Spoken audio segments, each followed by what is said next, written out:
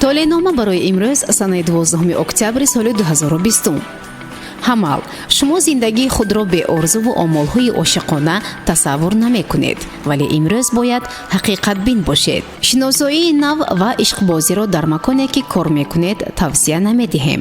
аз баҳри гуноҳҳои баъзеҳо гузашт намоед ва кинаро аз дил дур созед. хеши дуратон ба меҳмонӣ омада тӯҳфаи пурқимат меорад.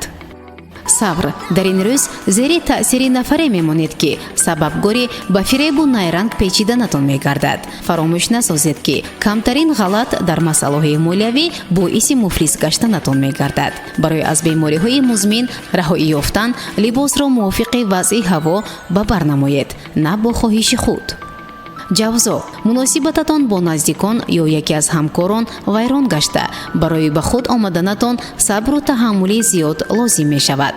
агар ором шуда ба ҳодисаҳои рухдода ба таври дигар нигаред, дар рафтори худ камбудиҳои зиёдеро пайдо мекунед. барои он ки рӯзатон бобарор анҷом ёбад, аз танқид худдорӣ намоед.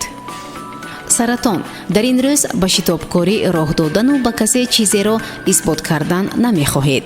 беҳтараш рӯзро барои худ ва наздиконатон ё шахсе ки дӯсташ медоред бахшед. оғози кори наву ғайриоддӣ барзарар асту боиси аз даст додани маблағ мегардад. дар ҷодаи муҳаббат ва ҳангоми бо нафаре шинос шудан ба садои қалби худ гӯш диҳед. асад дар ин рӯз пулро эҳтиёткорона сарф кунед. беҳтараш хариди калон накунед, вагарна рӯзи дигар аз чизҳои харидаатон пушаймон мешавед.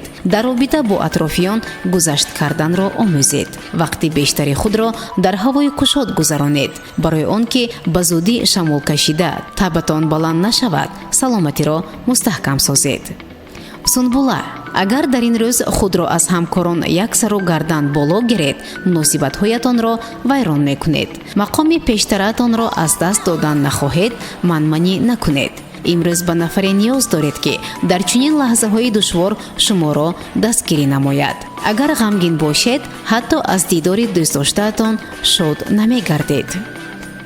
мизон дар ин рӯз хатари хуруҷ намудани бемориҳои музмин, хусусан иллати пешобдон ва гурдаҳо эҳтимол дорад. дар хонаву ҷои кор нисбати шумо талабот сахт мегардад. таъмири хона ва ба ҷои нав кӯч бастан, фурӯши хона бобарор анҷом меёбад. меҳру муҳаббат нисбати шахси бароятон азиз дар ин рӯзҳо бештар мегардад.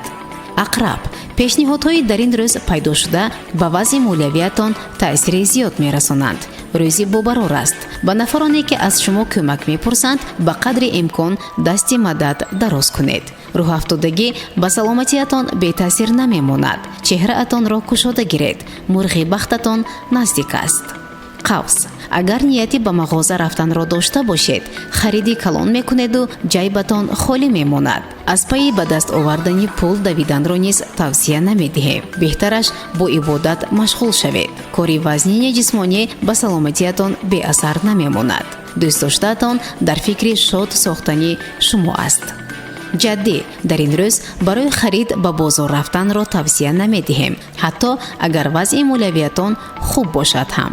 дар боби саломатӣ аз истеъмоли хӯрокҳои шӯр, равғанин ва серғизо худдорӣ намоед. барои рафт намудани мушкилиҳое ки байни шумову дӯстдоштаатон пайдо шудааст, муваққатан робитаатонро бо ӯ қатъ намоед. далв дар ин рӯз бо мошини шахсии худ ба сафари берун аз шаҳр баромаданро тавсия намедиҳем. дарди дилро танҳо дар ҳузури шахсе кунед ки ба шумо боварӣ дорад. пулҳои худро дар ҷои хуб нигоҳ доред. эҳтимоли гум кардани маблағ вуҷуд дорад. нафароне ки имрӯз зодрӯз доранд, аз дӯстдоштаи худ хабари хуш мешунаванд. ҳут рӯзи хуб аст, хусусан барои табобат ва беҳ сохтани вазъи саломатӣ. чанд мушкили рӯзгор пеш меояд ки бояд ҳатман аз пайи рафт карданашон шавед. барои он ки азоби бепулӣ накашед, ҷамъ кардани пулро ёд гиред ва зарфи беҳуда накунед. нафаре ба шумо изҳори муҳаббат мекунад.